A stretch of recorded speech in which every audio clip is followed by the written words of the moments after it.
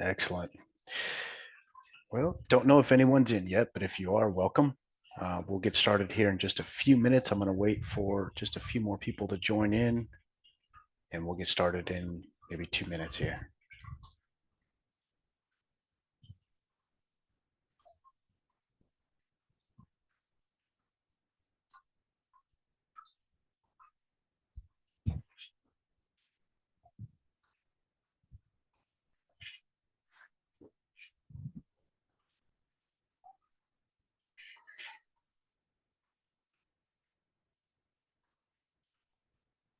All right, we're about 1 minute past, so we'll just wait another 30 seconds or so, and then we'll go ahead and get started. But I appreciate everyone who's joined, patiently waiting.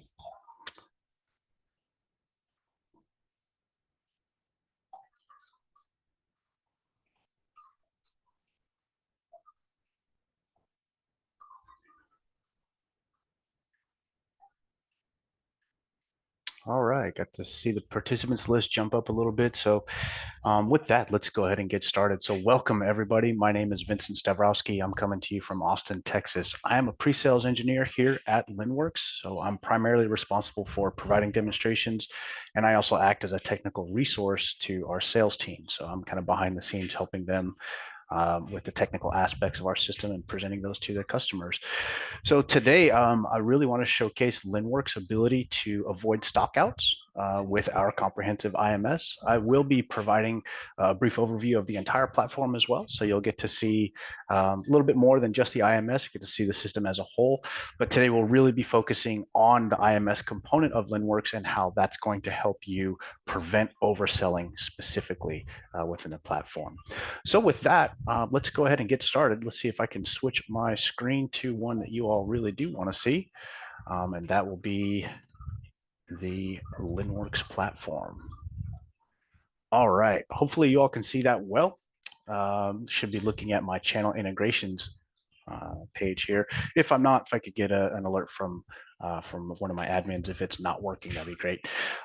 But I tend to start Linnworks demonstrations in the channel integrations page because this is where we get you connected to the various marketplaces and channels that you want to be selling on. And so this makes sense to start here with regards to an overview of the platform.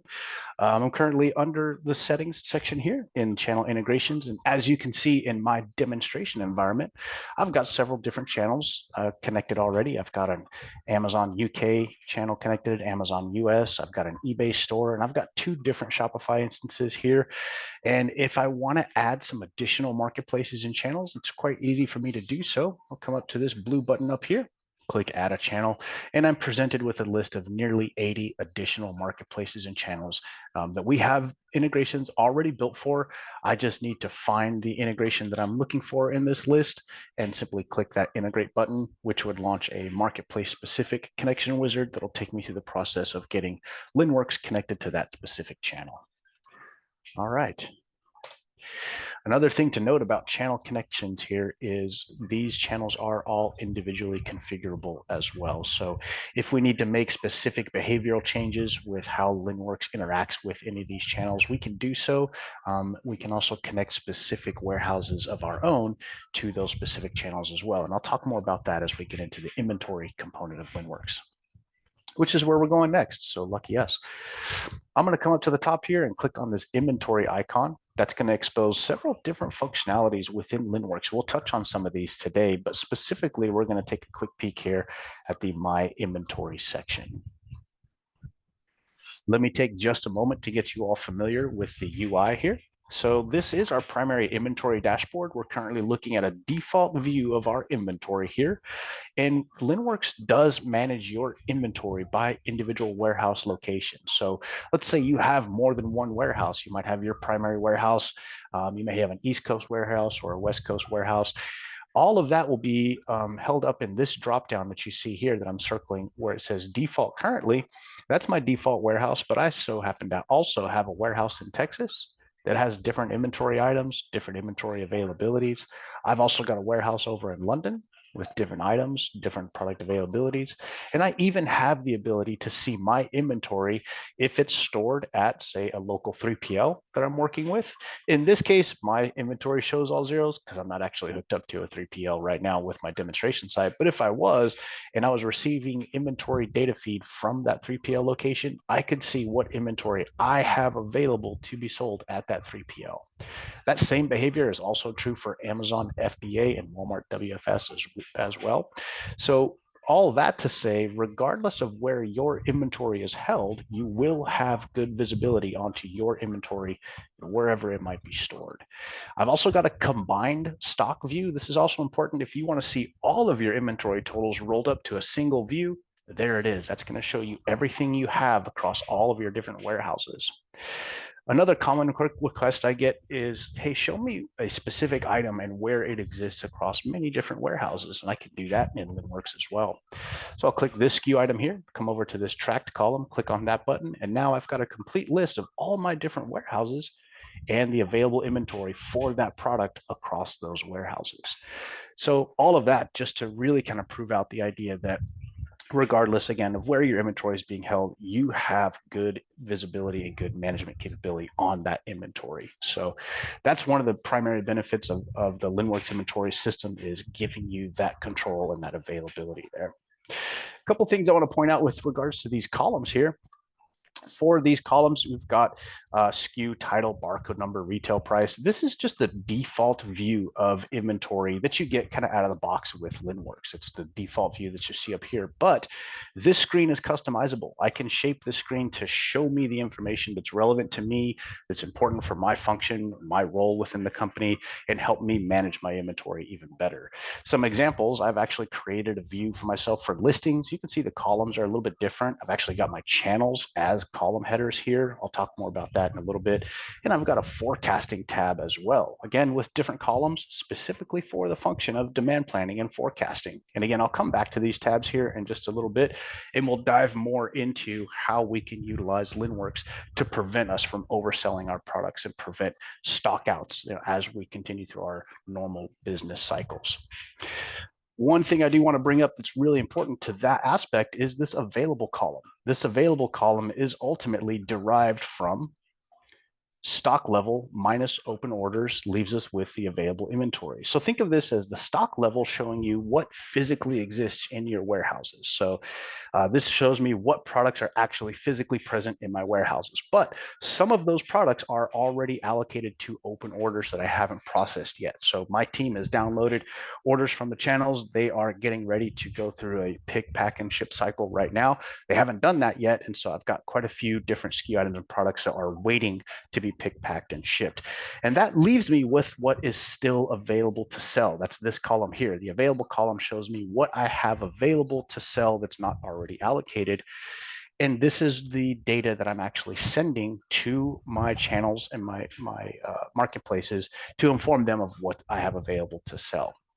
This happens in rapid succession, and we'll talk a little bit more about how that rapid frequency, or that high frequency data sync with regards to inventory to your sales channels actually assists in preventing overselling on its own. We'll talk a little bit more about how that works with some other functions within Linnworks, again, with the overall objective of preventing that overselling. You can see my column here is color coded. That's just color coded against my minimum stock levels that I've already input into the system. So this kind of helps me keep track of what products I should, not worry about. These are all in green. They're well above my minimum stock levels. And I've got some products here in orange, which means they're right at or below, just below my minimum stock levels. So those orange ones are probably some of the stock items that I should be thinking about. Hey, do I need to restock these items? I am below my minimum level here, not completely out, but below my minimum level. So should I consider reordering or start thinking about demand planning around those particular items that are colored in orange there? So absolutely, that's another way that we can help kind of visually help you be aware of items that you need to keep an eye on there. I will come back and talk about forecasting and a little bit more about the demand planning side of it. But before we jump to that, let me just quickly touch on Linnworks listing capability. Now, listings could be its own webinar. It could be its own whole topic here, because it can it covers a lot of ground, I should say. I'm just going to hit the wave tops here, just very quickly run you guys through it. But as you can see, those channels that I've connected to, I've actually brought them in as columns in this inventory view. And let's say now that I've got a series of products that I would like to list to those particular channels. I can select those products as I've done here. I'll come into that Amazon channel as an example here. I'll right click in there and I'll say, let's create a listing on Amazon. In doing this, creating that listing, I'm actually going to use a specific listing template for this category on this particular marketplace. So one of the things that's really great about Linnworks is you get to work with your onboarding team to develop specific listing templates, not just for the marketplace, but for an individual category within that marketplace as well. And that makes sure that that listing is highly accurate to the category that you're listing to. It has all of the required fields that you might need to list to that particular category on that particular marketplace. And you know it's going to function well because we test that with you, make sure that listing template works very well for you as well. So that's all part of the listing process there. I'll click into that just very quickly to show you that listing template, how Linnworks drops in the data around that, and actually even goes through some error resolution to help you ensure that you have all the data that you need for that listing process.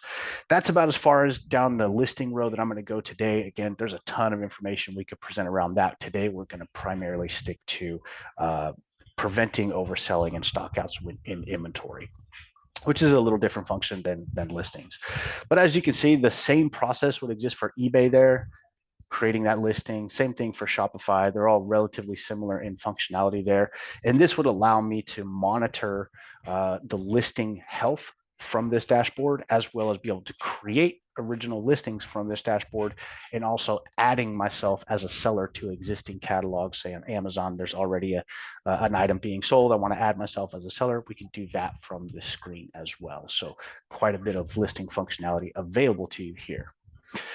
Before we get too deep into the rest of this, I do want to point out very quickly that within each SKU item, you have the product details page, which for, again, each individual SKU item allows you to store data about that particular SKU item. Everything from the generalized information that you see on this first tab.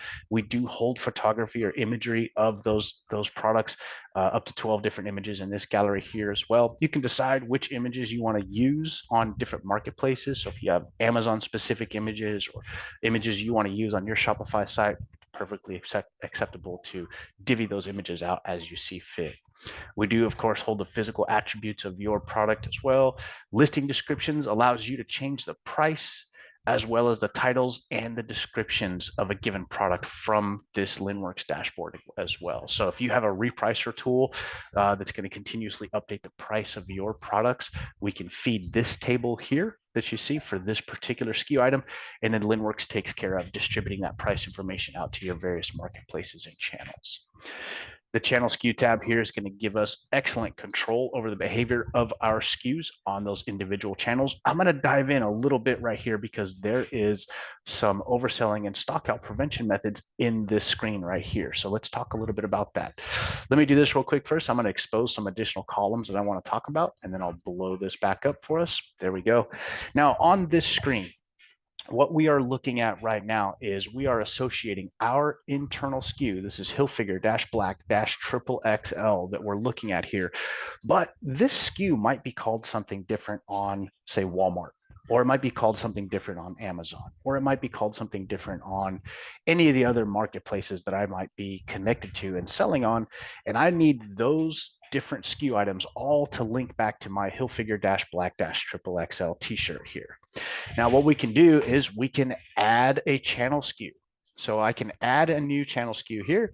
I can input the exact SKU that it is. I can describe the specific channel that that's going to go to, and that will create a channel specific SKU that links that product back to this product in my database within Linnworks. All right. And I can have several different ones. So my source could be, say, for example, Amazon with its own independent SKU, and it could be Walmart with its own independent SKU, and it could be any other marketplace with its own independent SKU that I happen to be selling this SKU on that it's called something else at. Now, once I've done that, now I can control the behavior of that particular SKU on that particular marketplace. And that includes setting up a maximum quantity listed and an end when value. This end when value, think of this as your buffer or your safety stock or your reserve stock, if you will. This end when column tells the system to display no more inventory left for that particular channel, for that particular SKU, when I get down to this value or this level of inventory. So you might think of, if I have 150 units in stock and I want to keep maybe 3 to 5 units in reserve for, I don't know, returns or exchanges or warranty or whatever the case may be, that I want to hold some inventory in stock, even just as purely a method of preventing overselling, by all means possible, right? I do not want to oversell. Maybe Amazon's penalizing me for that. Maybe the marketplace doesn't want me to engage in overselling at all. So I set myself up with some reserve stock just in case I need to service some orders after I've already shown zero inventory available. I have that inventory available to service those orders. This is where you can input that information per SKU, per channel. So you can get very detailed in how your SKUs are behaving on various marketplaces and various channels, specifically around that overselling scenario there. So again, for each channel, for each SKU, I can set up that safety stock or the reserve. I can allocate my inventory as a percentage of my total inventory to various marketplaces and channels as well. So if you have certain channels that represent a higher priority than other channels, you can allocate more of your inventory to those channels from this location as well. So a couple different methods there by which we are able to mitigate overselling scenarios. We're able to very closely monitor and alter or edit the behavior of certain SKUs on certain channels. That allows us to get very creative with how we are managing that inventory across our both warehouse network and our multi-channel network at the same time. Hey, Vince, real quick question that just came up in the Yes, chat. sir. Do, so, does Linnworks have the ability to set channel-wide buffers for all products, or are we only setting them individually? Yeah, that's a great question. Actually, the way that you would bulk update a whole series of products for a given channel is actually inform this table through a CSV upload. So for example, I've got a huge list of products that I sell. Say I've got 1,000 SKUs, maybe even 2,000 SKUs. And I want to set up buffers for a specific channel for those 2,000 SKUs. Well, what I would do is create my master document, my spreadsheet, if you will, set up those buffers in that spreadsheet, and then bulk upload that product information in the form of a CSV to Linnworks, basically setting this up for all of my products for a given channel or multiple channels. You can do more than one at once if you'd like, and setting up those channel specific buffers for all of those SKUs on that particular channel, rather than having to come into the screen and do it one by one, which I wouldn't wish on anybody. Yes, we have the ability to accept a CSV file with that data already mapped out, and we can plug all of that information in one shot to make that much easier. It's a great question. Keep those coming. All right. Just very quickly, I want to cover that, yes, Linnworks does support multiple suppliers for each individual SKU item, and we have some information that we store for those suppliers, including lead time, purchase price, currency, minimum order quantity, and pack size. That allows you to create purchase orders within Linnworks, send those purchase orders out, and then receive against those purchase orders as well. So you've got a full purchase order cycle functionality within Linnworks, and then that lead time component by supplier, that's going to play an important role in demand planning and forecasting, which we'll touch on here shortly as well. I also want to talk just briefly about this extended properties table. This is a table that allows you to create any needed attribute for your products depending on where you're listing. So if you're listing to several different marketplaces, those marketplaces probably have different requirements for your products to be listed. And so you might need to have a various different attributes listed. And then you can assign those attributes a specific value. And this table's open. You can really put anything you want to in here. You can see I've got some wild different attributes in here that some of my marketplaces require to be able to list my products to. That's perfectly fine. I can create or remove or edit these all day long. Perfectly capable of doing that. I can also do this through a bulk upload as well, through loading a CSV file for many different products, many different attributes all at once. Again, making this a rapid input into the system. The other cool thing about this extended properties table is our OMS can read this table as well. So if you have, for example, say you've got a SKU item that contains a lithium ion battery. or perhaps it's a fragile item, something that you don't want getting beat up on its way out to your customer. I might have the attribute lithium ion battery, value true. That could indicate to my OMS side, which we'll talk about here shortly as well, that this item does contain a lithium ion battery, so it has to be shipped with a specific carrier service because it contains a lithium ion battery. I don't have to make that decision myself for every single order that comes into the platform. The system itself can read this table, see that attribute, see that value, and then make a decision based on that value that you program into the OMS feature as well. And again, we'll touch on that here in just a second. The same is true for something that might be fragile, right? Pretend we've got another attribute here that it indicates that an item is fragile and that we need to take extra care in how we package that particular item when we're shipping that item out on a regular basis. The OMS can read that data, read that value, and then make a decision on how that package should be packed up and shipped. So just some additional, functionality around that extended properties table there, not just showing values and attributes to your marketplace network, but also indicating how an order should be handled based on some of these attributes as well. We'll touch on some of these other tabs here in just a moment. Again, I wanted to show that listings process and some of the product catalog features or product data capabilities for each individual SKU item there as well. Just for your own peace of mind, we do, of course, support both variations and composite SKUs. Composite SKUs would be like kits or bundles, another way to think of those. I do quickly want to show you the variations that we support. So in this example, this is a parent item, a variation parent of Tommy Hilfiger t-shirts. And then within that variation parent, we have all of the different sizes and all the different colors of those particular t-shirts that are available. So we would list this one SKU item here, and it would contain the variants for all these different t-shirts down here below. And then for composite SKUs or kits or bundles, let's quickly touch on that as well. I've got some SKU items here that I've called composite SKUs. Composite SKU is just what we call kits or bundles in Linnworks. And there's a few different ways to think of those. But in this example, I've got a virtual SKU of a 3-pack of different colored t-shirts that I sell on my website. I do not, however, inventory that 3-pack. I don't have a prepackaged inventory item of those 3 t-shirts. I sell them individually. And when someone orders this virtual SKU of this 3-pack, this composition shows the ingredients of what I'm actually going to put in the box and ship to them. So this particular SKU item is a 3-pack of multicolored t-shirts. There's a gray one, a teal one, and a peach one. This component is 1 each of those individual items. And that's what we're actually selling. That's what we're actually shipping out to our customer when they order this virtual SKU online. The cool thing is the availability of this virtual SKU is dependent on the lowest quantity available of its component items as well. So for example, we might have 100 units of the gray shirt, 100 units of the teal shirt, but we've only got 5 units left of that peach shirt, which means we can only create 5 of these 3-packs. So the availability of this item would be 5 that would show on my website to be ordered because of the inventory available of its component items. All right. You could use that same functionality if you sell, for example, water bottles. I sell a single unit. I also sell a 6-pack, a 12-pack, and a 24-pack.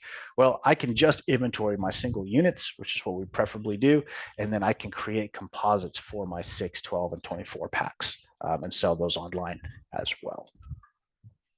All right. Let's step into forecasting very quickly here since we're already on that screen. The forecasting screen shows, again, I've built this myself. I've set up a specific inventory view for forecasting. I've applied some filters. I've added, removed, and organized some columns. And as you saw before on that listings tab, I actually had channels listed there as well. Recall here, I've got Amazon, eBay, Shopify. Now for forecasting, really the critical value that I'm looking for here is this one. This is the daily average consumption rate. The daily average consumption rate shows how fast we are depleting product from a specific warehouse. So in this example, I've got this particular SKU, my Under Armour Navy XXL t-shirt. I'm selling 9.06 units per day. According to Linnworks, that's how fast we're depleting that product from our primary warehouse in this example.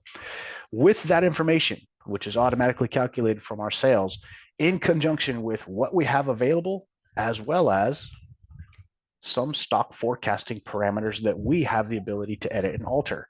For example, which item are we going to use to forecast this value? We're going to use this stock item. Perhaps we'll use a different stock item for whatever reason you might want to.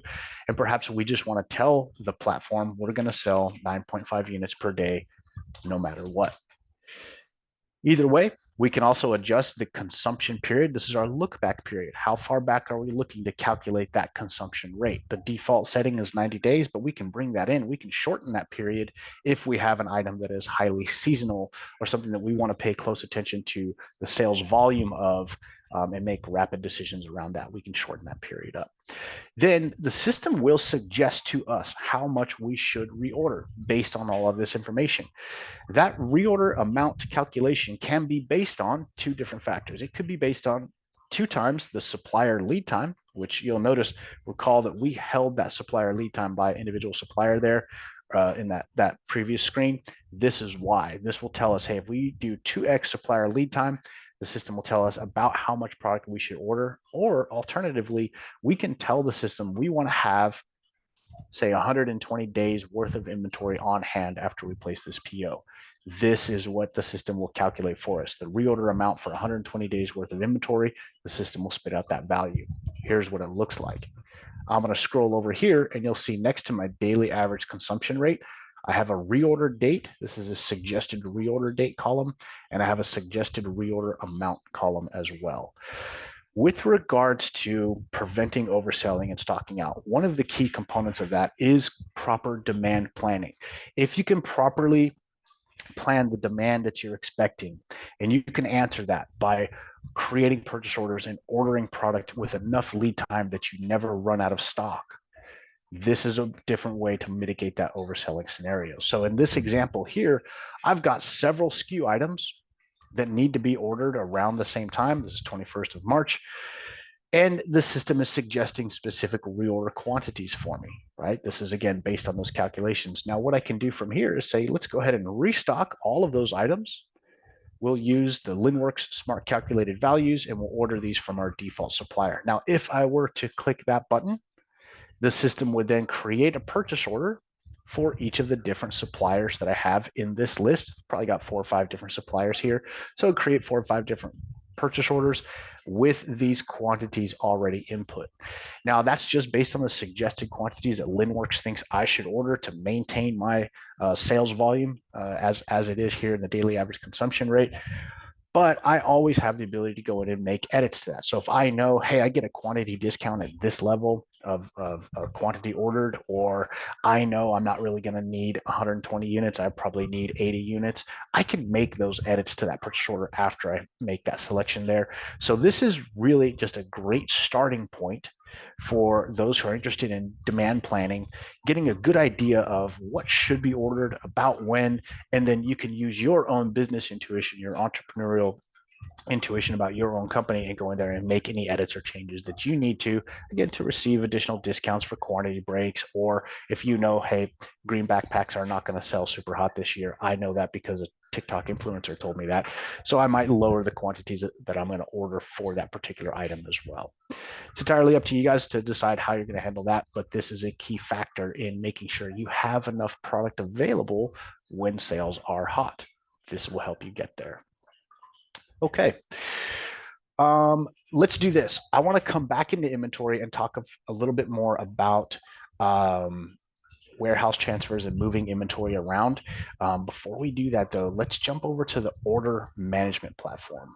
In fact, let's jump in there right now. We're going to go to our open order screen. This is the OMS in Linnworks. You'll notice I've got some functionality here for open orders, viewing processed orders. I have a dispatch console, and this rules engine is going to be real important. We'll come back to this in just a second as well. But on the screen right now, we have our open orders dashboard. And what the screen is showing us is all of the orders that Linnworks has downloaded from all of our different channels. So I've got Amazon orders, I've got Shopify orders, I might have some eBay orders down here. I've got direct orders. So if I've got folks who are working inside sales, they're taking calls and they're answering emails and they might need to enter sales orders directly into the screen, they can do so right here with this new order button. So that would actually allow us to create an order in Linnworks, answering the phone or answering an email from a customer. Meanwhile, all of my e-commerce orders are being downloaded automatically. Now here they all are. Now we need to fulfill these orders. So in this case, I could come into a single order. Let's say, hey, let me grab this Shopify order and let me do some stuff to this order. That is, I can organize this order. I can put it into a specific folder for processing. I can send this order to a different warehouse location. Maybe for whatever reason I can't or don't want to fulfill this order from this primary location, I can send it to a different warehouse. I can come in and I can change the default shipping service that was automatically assigned to this order. I'm going to talk about that automatic assignment here in just a second, so pay close attention to that. But if I want to change that, I can. I can come in and say, hey, let's choose a different carrier service for whatever reason. I can generate a pick wave for this order. Now that can be a paper copy, or I can send that pick wave to a digital device. If I've got handhelds running iOS or running Android, I can send that digital pick wave to that device, and we can actually do the picking with a scanning device rather than a piece of paper and a pencil. So a couple different methods depending on your warehouse operations that we can accommodate for you there. From this screen, I can also generate a shipping label. I can generate an invoice, again, a pick list, a packing list. I can additional stock item labels can be printed from here. And of course, then I can process these orders. I can actually get these orders out the door from this screen as well. If I need to split or merge or cancel orders or communicate with my customers, I can do that all from the screen here as well. That's a lot of manual work though, especially considering that I've got 626 orders that I need to fulfill right now. I don't want to go in and do that to each individual order. That would take too long. So I've got some options. I can bulk action some of these orders as well.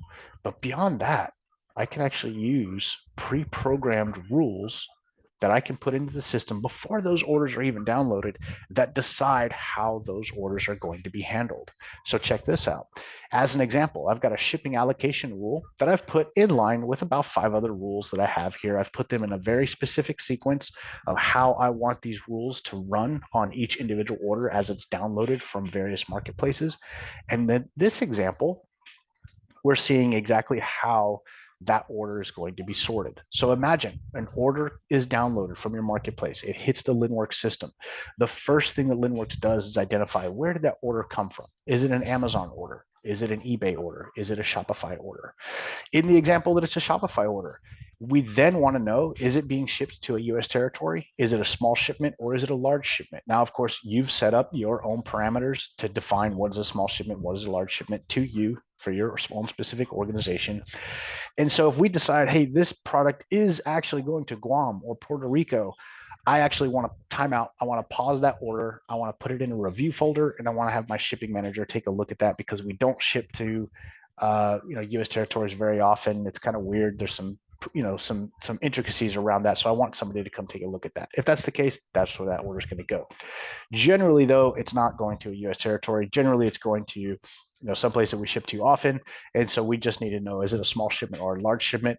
Depending on if it's a small shipment or large shipment, I might assign it to a specific carrier service, UPS Ground, FedEx Air, whatever the case may be. But it's based on if it's a small shipment or a large shipment.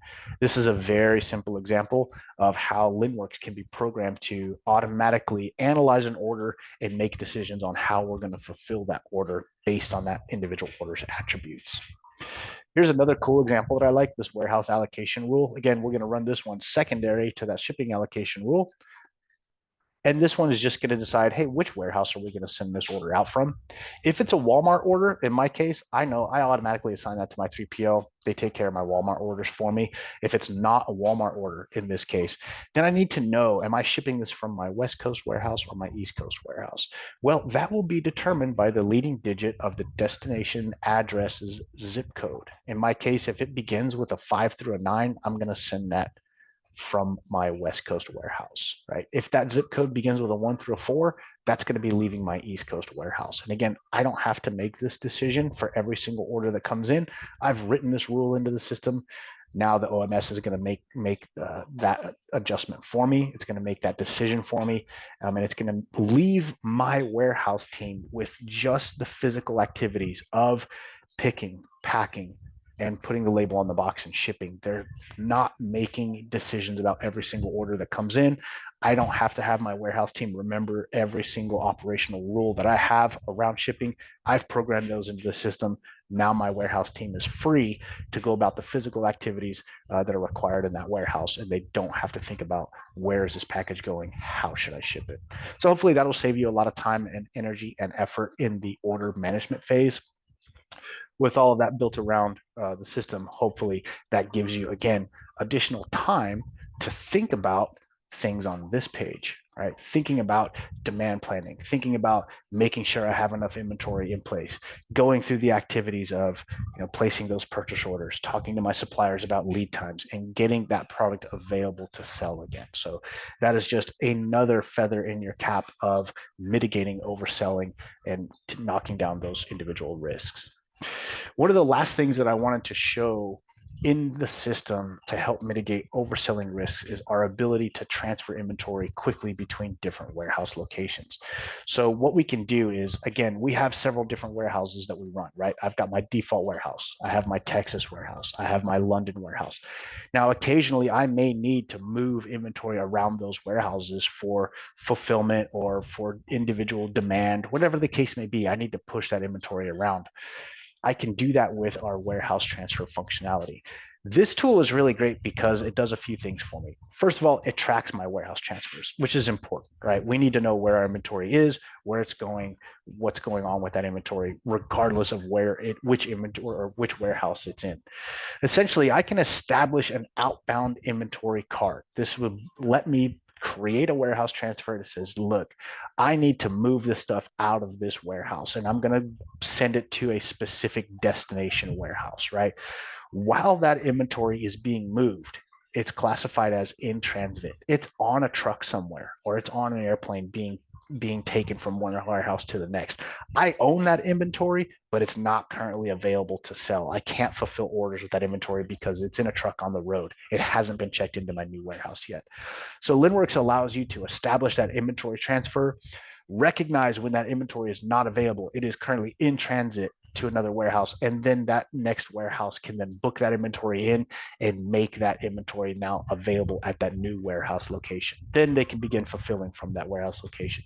So this warehouse transfer functionality just allows you to track your inventory during that process. Make sure that you know where it is, how much is going, when it's going to get there, and allows your inbound team to receive that product when it arrives and get that product properly checked in, properly booked into inventory at that new warehouse location. Okay, that's a pretty good comprehensive overview of the system. Bill, may I ask, were there any additional questions that you've got out there that I can answer while we are available? There's one that I feel confident I already know the answer to, but I'll confirm it with you. Yeah. Um, so the first one, there's two actually. So we have the end win, right? The buffer or the setting that we can do on the individual product level. Yeah. It's also possible to do so on the channel level itself. If we were to go into the settings and channel accounts, we can set that end win for all listings. Mhm. Will the SKU end win overwrite the general setting for the channel itself?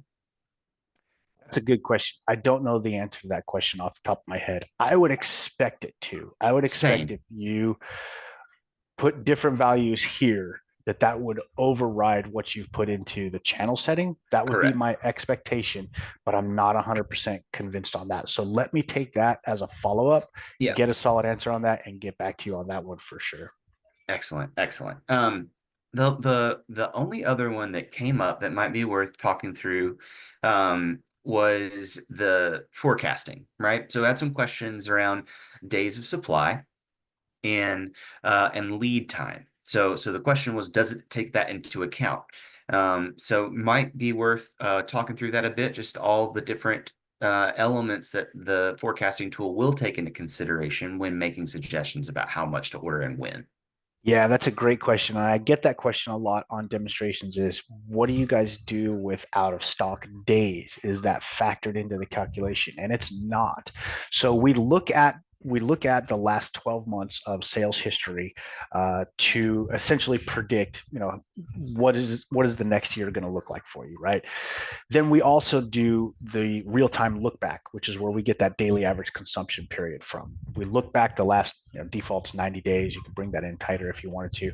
And that's where we're getting that calculation from. Now, if the system recognizes that you had zero inventory available and zero sales occurred, the system is not going to count those days. It's going to say, hey, they were out of stock. Sales were invalid because they didn't have any inventory to sell. So we don't know what the actual value for that day was. So we don't count it. So we only count in stock days as a function of that forecasting capability there. So great question there.